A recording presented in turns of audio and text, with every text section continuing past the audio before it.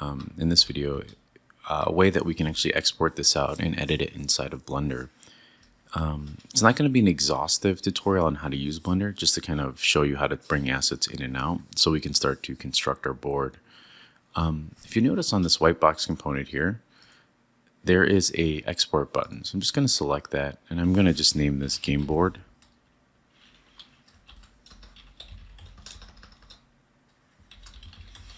And I'll throw this on the desktop.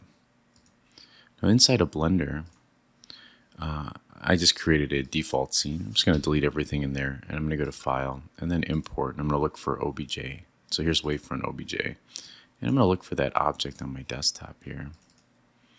And you can see that the y-axis here is flipped because we have a z. Our z-axis is up on this, right? So if I press, if I select this for a second, you'll be able to see the our axis controller. So you can see Z is up.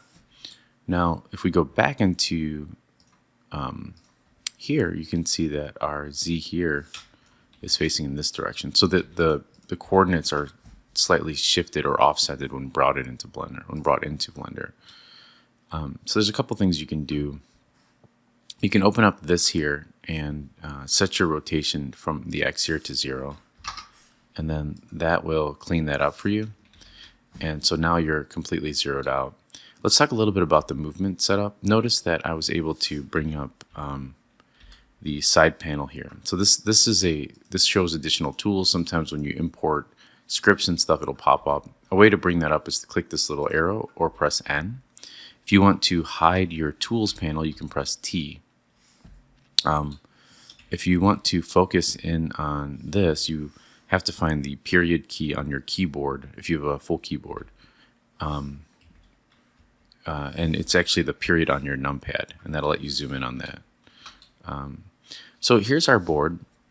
And we can essentially do a couple things. So the way I'm rotating is I'm clicking in the wheel, I'm scrolling in my wheel and out to zoom, things like that.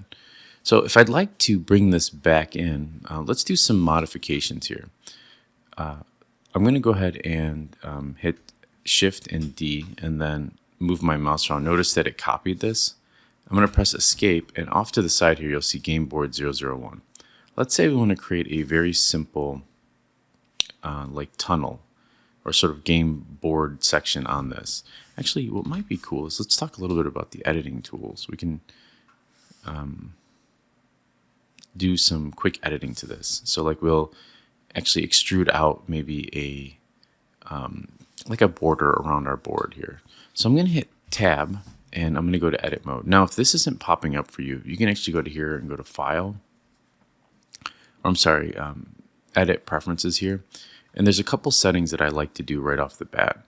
So there is under the input section here, or I'm sorry, key mapping rather, there's a tab for pie menu. And then what that does is when you hit Tab, it brings up all of your different editing options. So I'm going to go ahead and hit Tab, make sure I'm in edit mode. Then I'm going to hit 3, and 3 allows you to select faces. I'm going to hold Shift and select these two faces.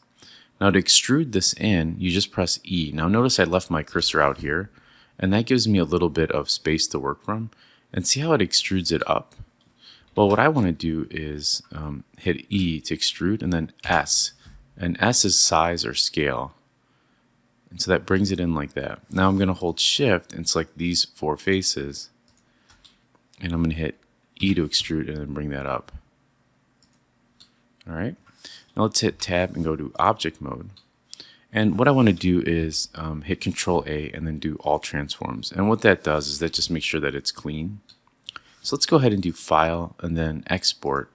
And I'm going to go to FBX. But actually, before I do that, let me jump back into Lumberyard. I'm going to show you a trick that I like to do.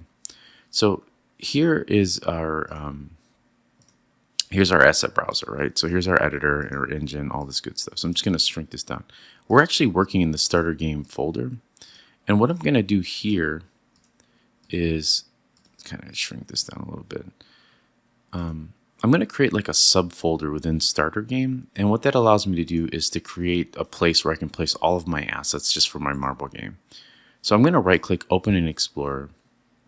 And inside here, I'm just going to create a new folder. And I'm going to call this Marble Game. And I'm going to right click on Marble Game, and I'm going to send to desktop and create a shortcut. And now when I close this out and I click in here, you can see Marble Game folder is here.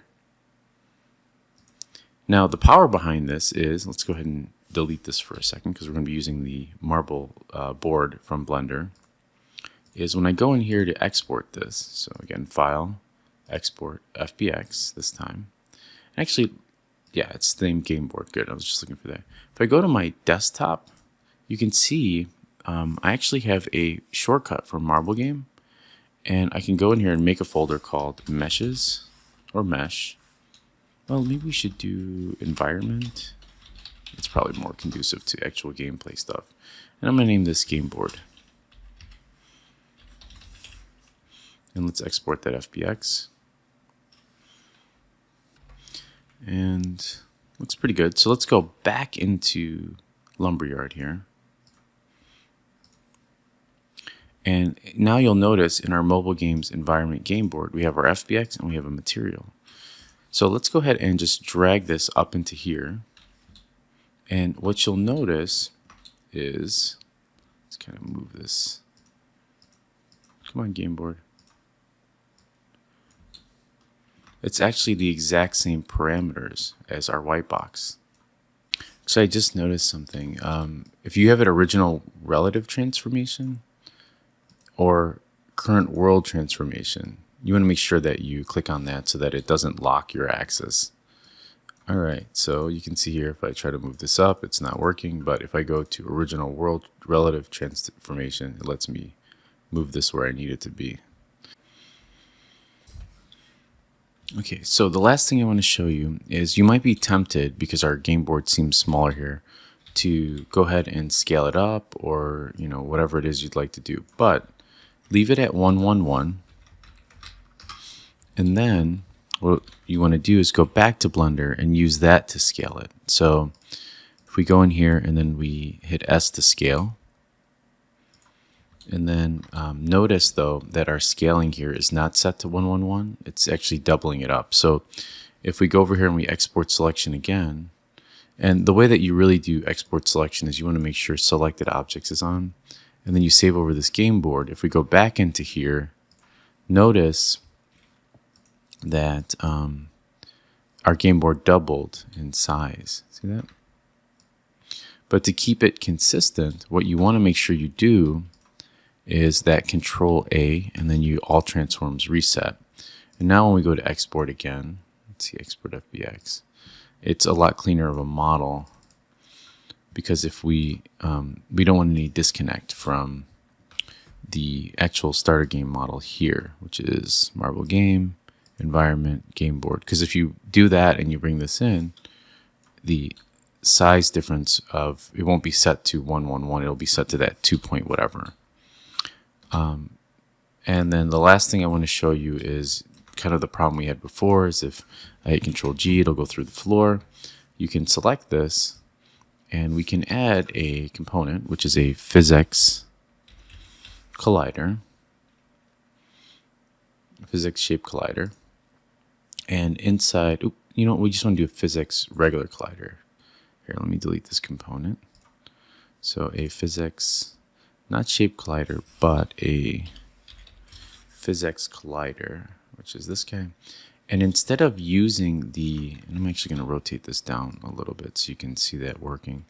Instead of using the like as one of these, we're just going to use the asset itself. So when we select this, we go to Start Game Objects, not that model. It was a trash bag, but the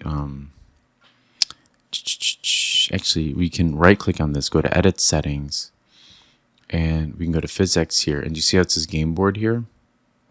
We can add a modifier, which is, or add another Physics Mesh, and then actually we don't even need to do that. Let's just hit Update here, and then hit OK. And what you'll notice now is we have Game Board FBX Asset Info, which popped up, and also when we go in here now,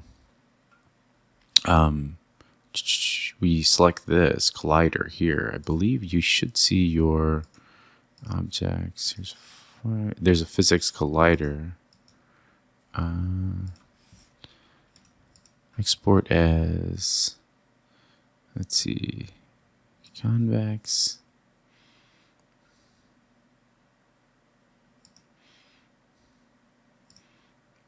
Let's see, physics group game board.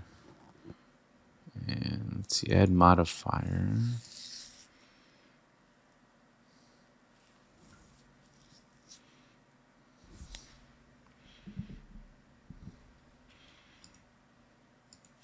Select mesh as 0 of 1. We want to select the primitive target shape. Automatic, I believe.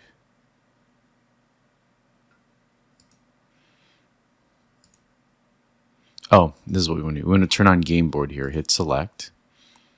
And to make that the physics mesh and primitive. So let's see what convex does. And then I'm going to update that. And now, let's see.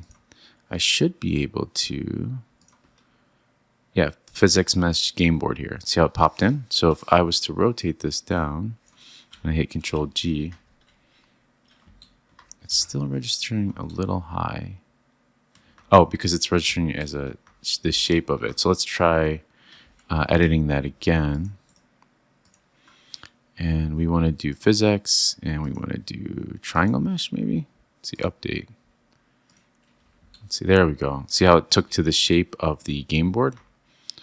So let's discard this, and now when I hit Control G, it should, there we go, it updated. But I believe my sphere's shape might be too big. Yeah, look at the size of that. So let's bring this down to 1. Oh, 1. There we go. Let's see if that works. There we go. So now it's rolling on our surface, and it stops. All right. And that's it for this one.